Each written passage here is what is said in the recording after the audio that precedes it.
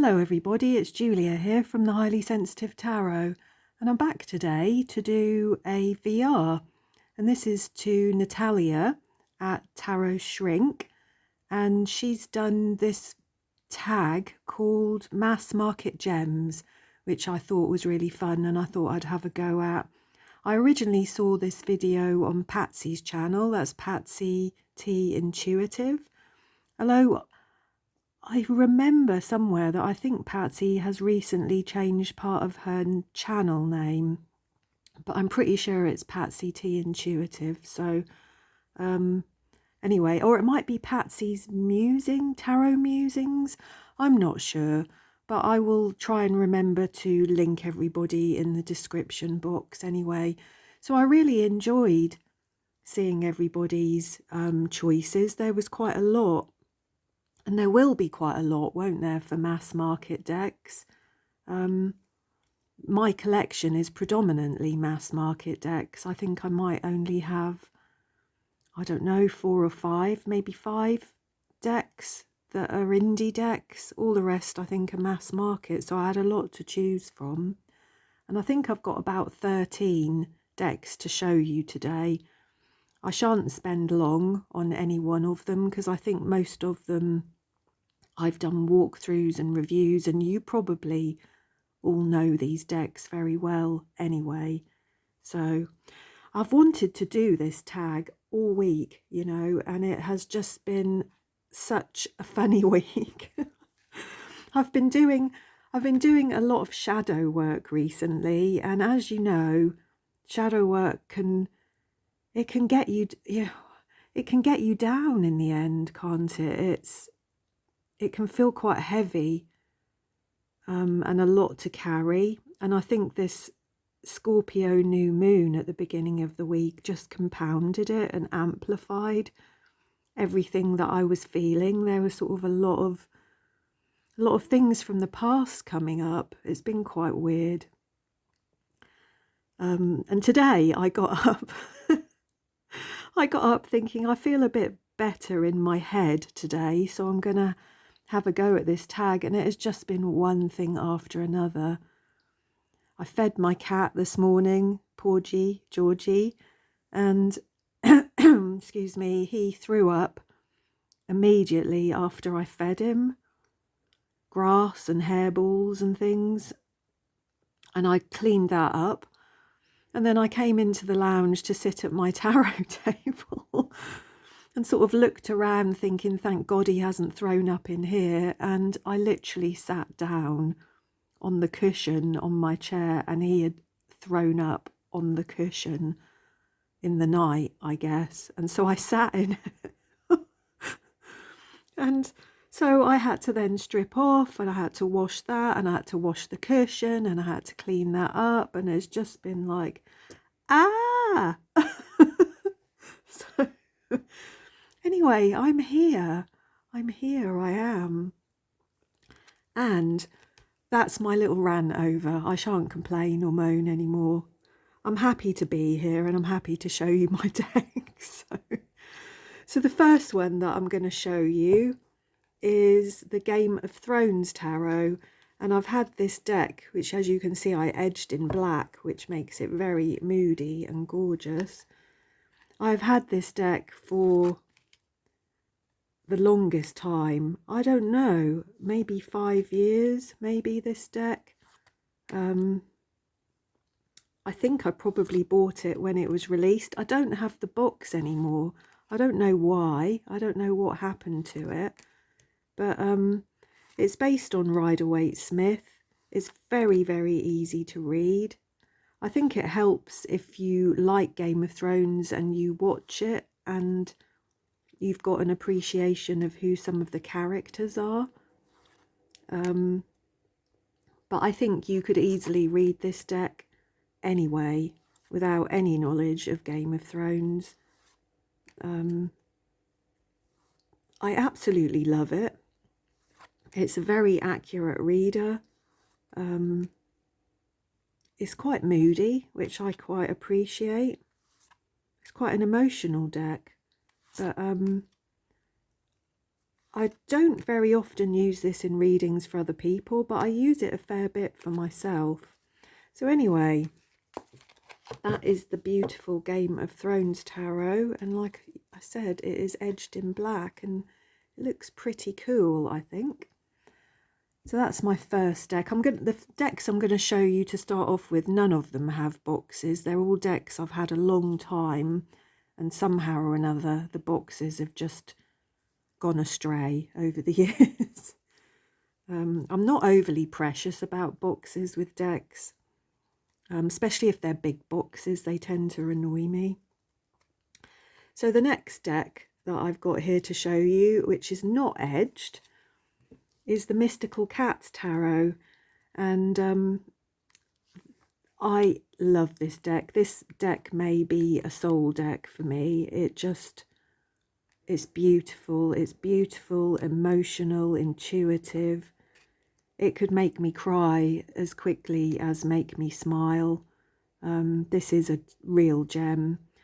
And this deck that I'm now showing you is the second deck of this Mystical Cats Tarot that I have bought, because the first deck, which I'd had for a few years, couple of years, I decided to edge, and I started with one pen. I was going to edge it in a sort of pale blue, and I started with one pen and it ran out, and I then picked another pen which I thought would match it, and it didn't, and it looked terrible, and I got so stroppy and so upset about it that I ended up kind of dumping the deck, really. I'd made such a mess of it. So while edging decks is fantastic if you get it right, if you get it wrong, I cried, because like I said, I loved this deck and I ruined it.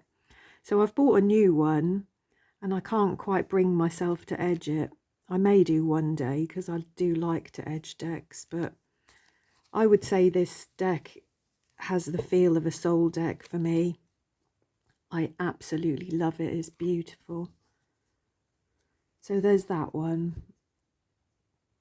The third deck I'm going to show you is this one, which I did edge, and looks very cool edged, I think, because it's a very black deck anyway. This is the Anak Tarot, which I saw Patsy show in her tag that she did. I think lots of people have got this deck, but this really is a gem. This is one of the longest times I've had a deck, this one. This could be 10 years old, I'm not sure. The only deck I've got that outdates this is my Universal Rider-Waite-Smith Tarot, which was bought for me when I was 21, I think. So I've had that, and I'm now 55, so I've had that deck a long time, but I think I may have had this one maybe 10 years, I'm not really sure. Some people don't like this deck. Some people, I think, don't like the faces and they get a bit creeped out. I don't really understand why. I think it's beautiful. I love the yellows and the blues, particularly in this deck. It's got a really emotional quality about it. And I think if ever I'm doing a reading that requires a level of emotional connection, I would very quickly go to pick this deck up. I've used it to read for others, and it's very accurate, actually. It's beautiful. I can't recommend it enough. And let me see if I've got it here. I've still got the guidebook that comes with it, which is a really chunky, nice guidebook. Doesn't have a huge amount of information, but everything that's there is really helpful. So yeah, that's the Anak Tarot, which is a very firm favourite. And doesn't it look gorgeous edged in black? I think all the decks I've got to show you today that I've edged are in black. I have done decks in different colours, but For some reason, these are all black today. The next deck I've got to show you is this huge deck. And this is Caroline Myss's archetype cards. And again, I've had this deck quite a long time. I don't have the box anymore. If you're interested in archetypes and archetypal energies, which I have been for many, many years, you know, I very much like Carl Jung's work. I have a big interest in that kind of therapeutic approach to things, ever since my mental health nursing days. And in fact, when I was a mental health nurse, I did used to use these cards with my clients, because I just found that getting people to really look at different aspects of their personality was really helpful for them to gain self-awareness and understanding about, you know, why they behaved in certain ways, what motivated them, what was helpful and what was harmful, you know. So, and I found the same with myself over the years. I've actually done the sacred contract out of the book that comes with this. You can buy you get the little guidebook with this, but you can also buy a companion book called Sacred Contracts, where you can work out your own archetypes.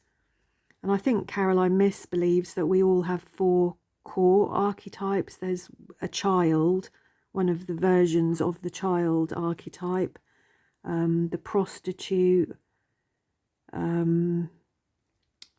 oh God, I can't remember what the other 2 were. That's terrible, isn't it? Let me look in the book. 4 archetypes of survival. So yeah, the child, the victim, the prostitute, and the saboteur. And you obviously focus on those 4 cards, and then you pick another 8 out of this deck that you feel resonate most strongly with your personality. And just the process of choosing the cards is actually really, really helpful. So as I said, I did used to work quite a bit with clients when I was working as a nurse with this deck, and it was really quite eye-opening, I think, for a lot of people. So yeah, I can't recommend that one highly enough if you're into archetypes. So there's that. The next deck that I've got here, which is also edged in black quite beautifully, is the Osho Zen deck. And again, I don't have the box for this, so I can't tell you who the publishers and authors and creators are of any of these, because, well, I could. I've got the book here.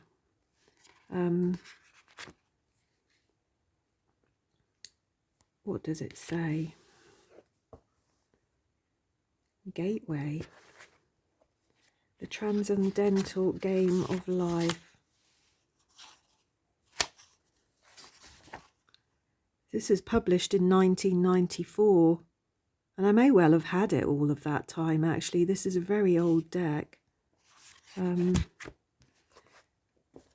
which I've just found so helpful over the years. It's based on Zen Buddhism, but it's still very, very relatable as a tarot deck. It doesn't follow a Rider-Waite-Smith or a Thoth or anything like that, but, you know, it has its own kind of system and interpretation. As you can see, all of the majors have different names. Sorry. I've got hand cream on my hands, and my hands are sticky. But, you know, you can see they're very shadow worky as decks. This is the 10 of Wands, I think, and it's suppression. It's that burden, isn't it? And courage here is strength. I think this is the Knight of Swords, the fighting. intensity. I think that's the Ace of Wands. So, you know, you can really see, sorry, I got these round the wrong way. I don't read reversals, so I don't know how my cards always end up in such a mess. But the Rebel there is the Emperor. I think Flowering, that's the Queen of Pentacles. Existence, that's the Magician. That's the Two of Wands, the Eight of Pentacles. So you can see Thunderbolt is the Tower. I'll give up. They're all round the wrong way. It's a really cool deck. I don't tend to read with this for other people just because it's not a straightforward deck. You know, I think it's better for shadow work and it's better for introspection, for that kind of work. The next deck I'm going to show you, I hope is actually still in print. I did mean to check and I haven't, which is naughty of me. But this is the Soul Purpose, Soul Lessons and Soul Purpose Oracle cards by Sonia Croquette. And again, I've had this deck. This was copyright 2006. I've had this deck a long time. And I find it really, really helpful in all kinds of readings. The cards themselves, they don't have a great deal of information on them. You know, the pictures are not that intuitive. You know, they don't give you that much information. But when you read from the guidebook, it's amazing. In fact, I'm going to read you a little bit from the guidebook just so you can see what I mean. So, number 7 here, accept what is. Right now, your soul is helping you realize that the only way you can create the success you dream of in the physical world is by first mastering your inner world. The more disciplined you are in your responses, the more you will achieve. Your soul's lesson is to subdue all tempting negative emotional reactions and stay connected to your higher self and divine spirit for guidance. If you do so, you can gracefully point any situation in a direction that favours your good and which benefits all concerned.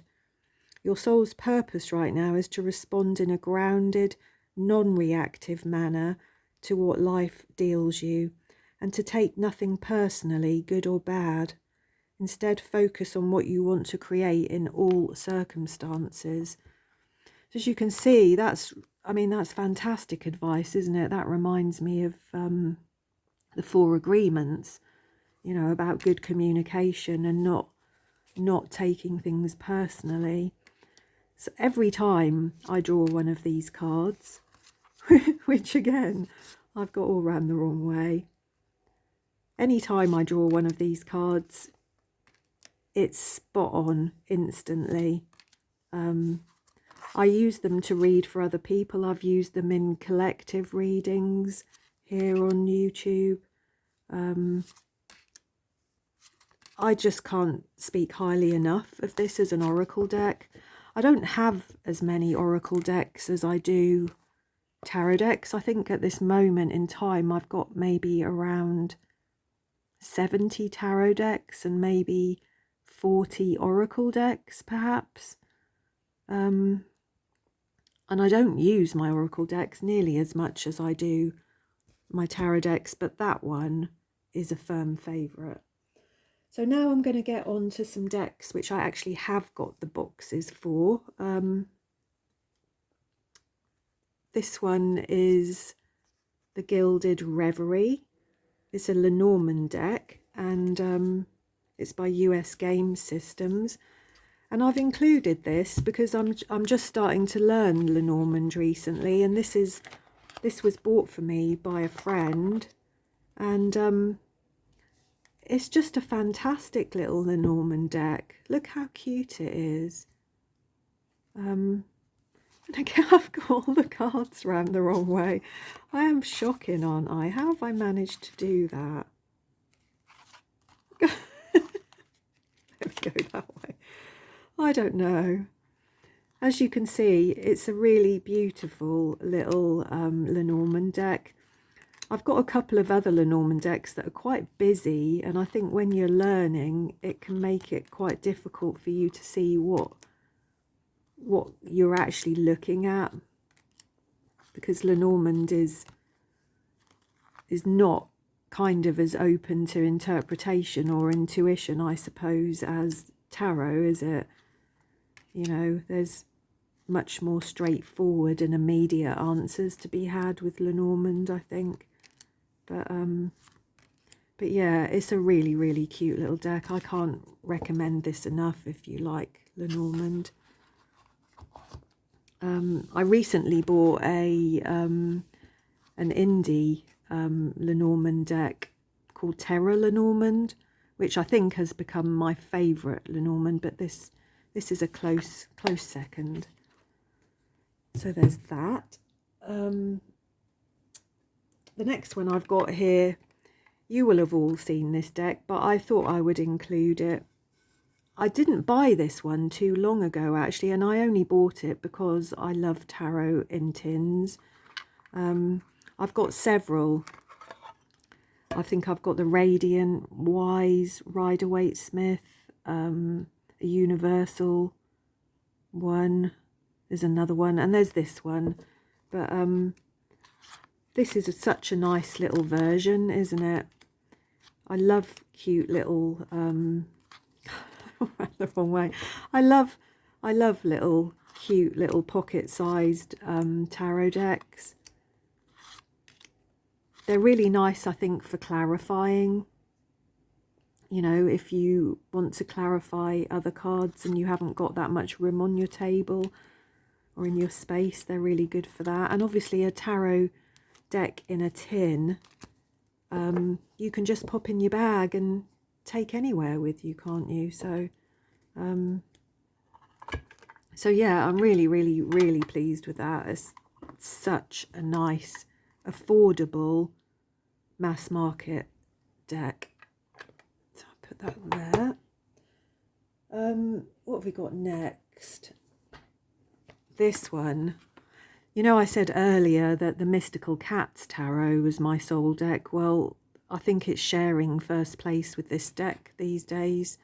I just can't say enough about this deck, the Tarot of the Abyss. I bought this maybe a couple of years ago. I have edged it in black, as you can see. As I said, not all of my decks are edged in black, but a few are. This deck just reads like a story. When I first bought it, I was not convinced that I was going to enjoy it because I generally like very colourful decks. Yeah, all of my decks up until this point had been colourful, and this one is sort of black and white and shades of grey. But the emotional quality of this deck, the intuitive abilities of this deck is, well, it's just amazing. I have never done a reading with this deck that didn't resonate for either myself or somebody else, to be honest. I think the court cards, excuse me, excuse my croaky voice. I think the court cards in this deck particularly I really enjoy. They do really tell a story. Like with the Suit of Cups here, we have the page who's just sort of looking at, he's on a ship and he's just sort of looking at the map and getting his bearings. And then you'll get the Knight of Cups who is pulling up the sails and he's getting ready to steer the ship. And then you get the Queen and the King that also just follow along in that story. I think if you laid them all down on the floor, they would just tell a story. And the little guidebook that comes with this deck is just fantastic. It's got extra cards. There's 2 versions of the 3 of Swords and there's 2 versions of the 10 of Swords. one, the sort of more traditional, quite painful cards, and one that is looking at things from a slightly different perspective, I suppose. But yeah, oh look, they're all around the wrong way. I'll give up now. Do you see what I mean? Where were we with the Ten of Swords? It was back here, wasn't it? So as you can see, there's two Ten of Swords here. This one, which is quite traditional, quite painful, of someone with swords in his back, and this one is about that more of that sort of intellectual sort of ability of the swords cards. So yeah, this is a real gem. I think Anna Torian is just a genius. I love her guidebook, I love her cards, I love everything about this deck. So what have we got next? Another little tarot in a tin. Now, this is not one of my favourite decks, but it is a gem and it is useful, I think. These are the backs. It comes with just a little guidebook. It's US Games.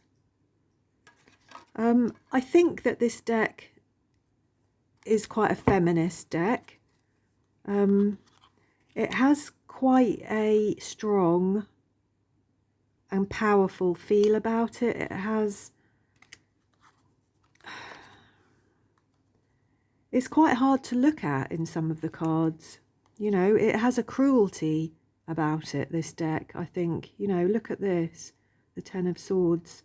We don't normally see the person who has stuck the swords in somebody else, do we?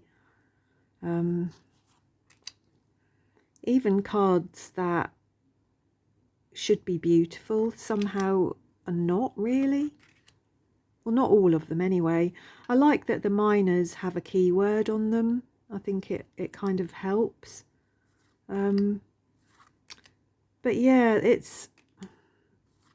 Why do I think it's a gem? And I think it's a gem because I have read for other people with this deck when there has been conflict, when there's been things going on that people are confused or disturbed about, where they think there may be something underhand going on, something not quite right. And this deck seems to find those things out very quickly and very easily.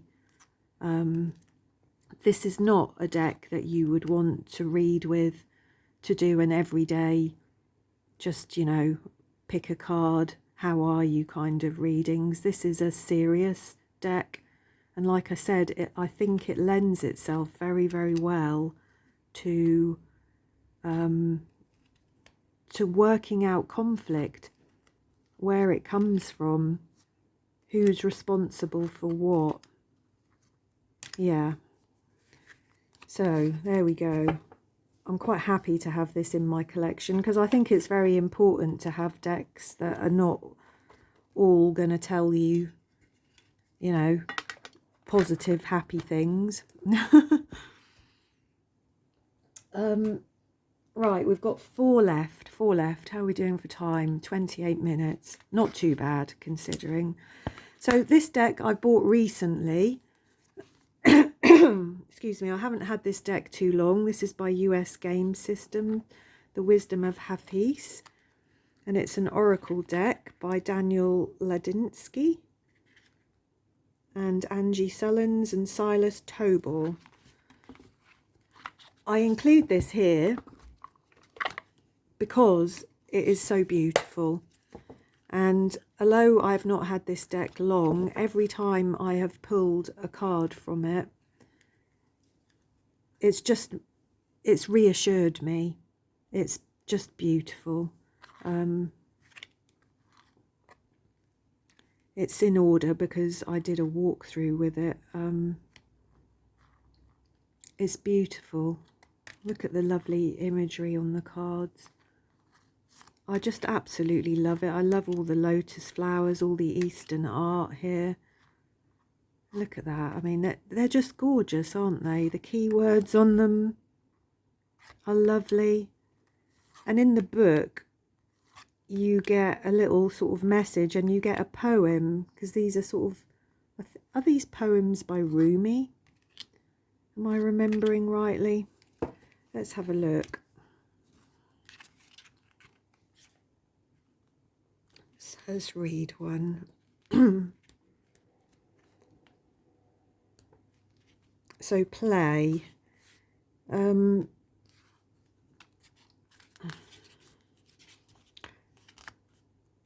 does it say about the Hafiz's verses? Have I got that totally wrong about Rumi? Hafiz's given name was, oh, I can't pronounce that, something Muhammad. In 1320 to 1389, is the most beloved poet of Persians. He was born and lived in Shiraz, a beautiful garden city where he became a famous spiritual teacher. His divan, his collected poems, is a classic in the literature of Sufism and is a mystical verse. So I invented Rumi. I don't know where I got that from. Like I said, I have not had this deck very long, but I wanted to show it today because it is just so beautiful. So let's have a look at number 18 for play. So you don't get a great deal, but it says such nutrients in play may be more than even in prayer. And I think each card you get a little poem and then some information. It says, when we play, we forget who we think we are, and all manner of possibility rushes in. Now is the time to shake off the shackles of heavy responsibility. Go outside and search the skies for clouds shaped like friends. Make a blanket fort in the middle of your living room. Colour outside the lines. Do you know, that's something I can't ever do. But I am a Virgo, sun and moon. Skip down the aisles of the grocery store. Rekindle your relationship with the inner child who knows the secret to joy is play. That would be a good card for me, actually, after the week I've had, I think. So there we go. Look at that. That's just stunning, isn't it? Befriend pleasure.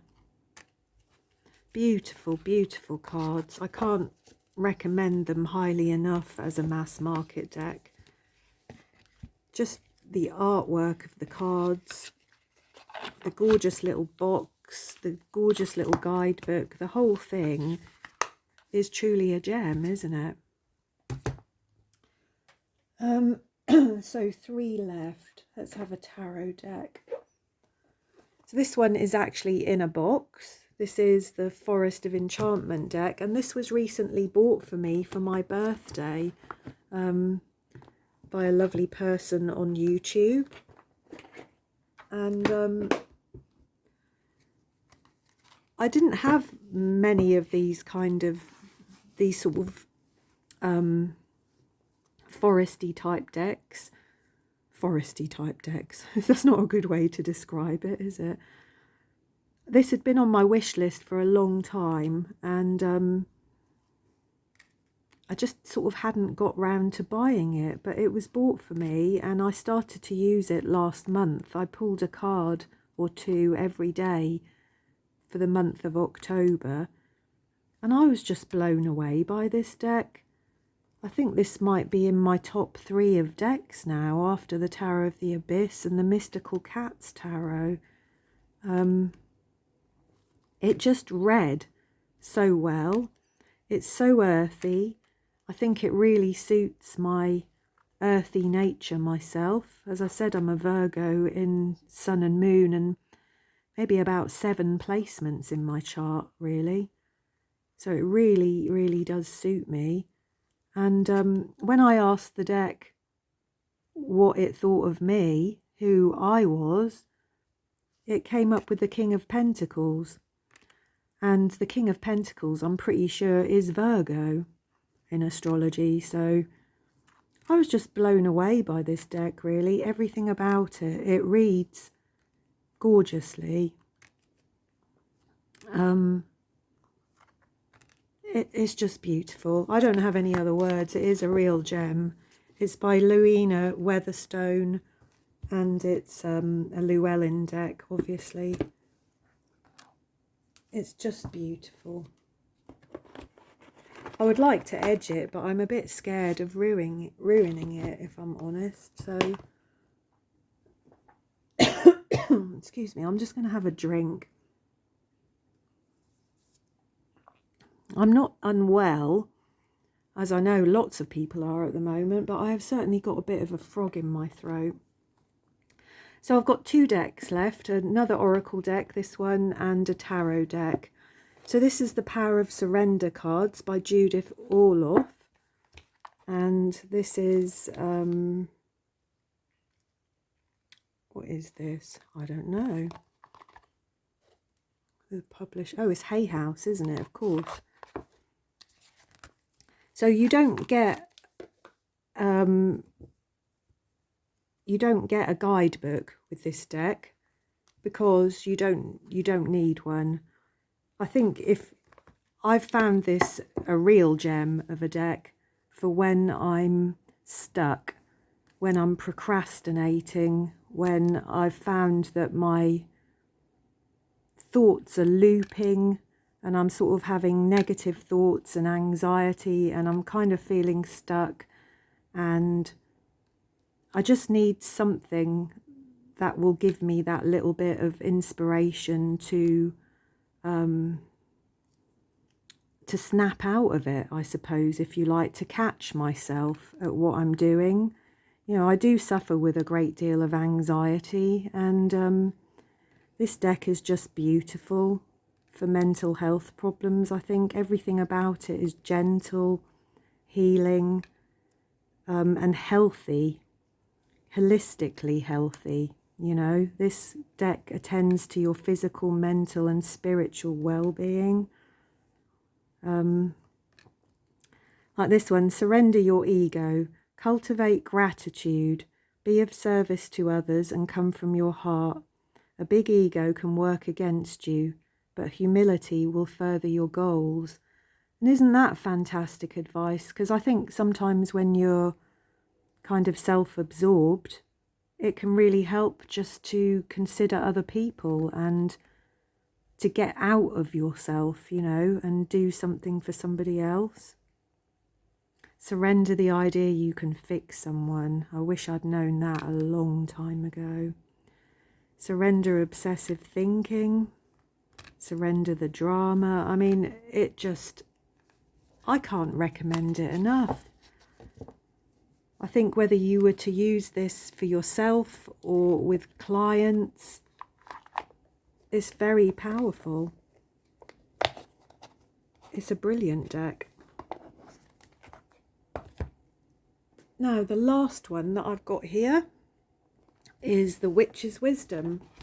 And I bought this a couple of years ago. Let's get the cards out. Now, this is an admission. I'm going to show you something here, which I'm not very happy about. But I will rectify at some point. I will. But look.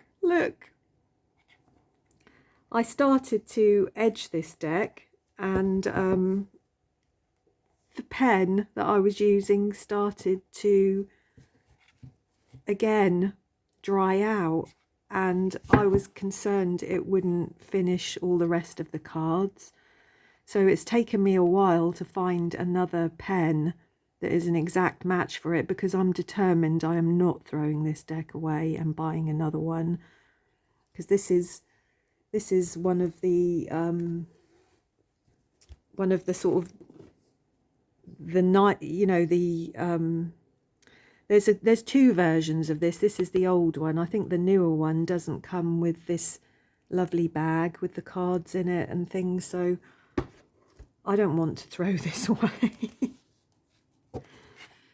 But isn't this beautiful? If you haven't seen this deck or you don't have it, it's just gorgeous. It kind of has its own little system going on. Oh, look, isn't it beautiful?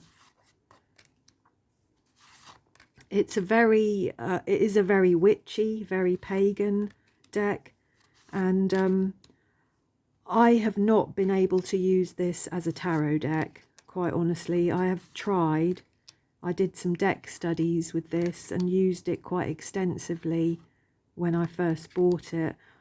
I can't make this work as a tarot deck. It just doesn't. But I do use it still as an oracle deck. And the reason why I do is because of this fantastic guidebook. I mean, if we just open up any random page here, like we've got the 8 of Fire, you get some wisdom. So it will tell you about what's going on the card. It will give you an essence. It will give you some counsel, which is some advice. And then it will also give you some magic. And every card here has got a little exercise or a spell or a ritual or something. Like this one for the 8 of Fire is set your alarm and rise before dawn. Go outside when the sun appears. Stand up. Take the sun between your hands and bring it to your heart. Feel the fire in the centre of your being, awakening every cell and igniting the spark of your life.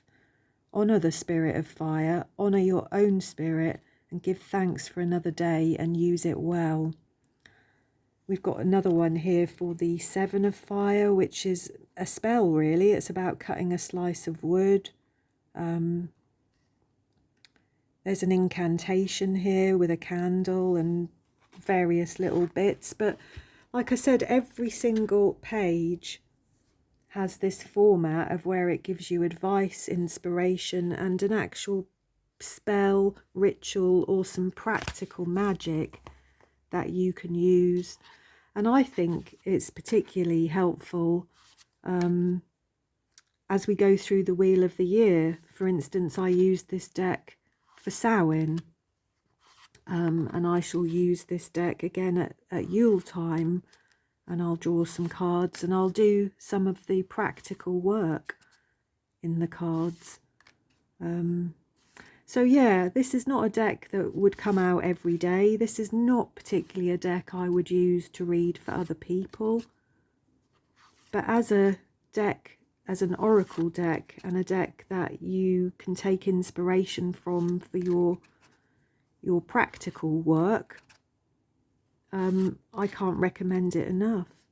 Look at that, isn't that beautiful? So yeah, that's The Witch's Wisdom by Phyllis Curott and Danielle Barlow. So, how long have I been? 43 minutes. That's not too bad for 13 decks, is it? I've tried not to drivel on too much. I had my little moan at the beginning, didn't I? But I hope you enjoyed seeing all my favourite mass market decks, and maybe this will inspire you to have a go at this fantastic tag from Natalia at Tarot Shrink. And I shall link her channel and her video, and also Patsy's. So thanks for being here. Much love to everybody, and I'll see you all again.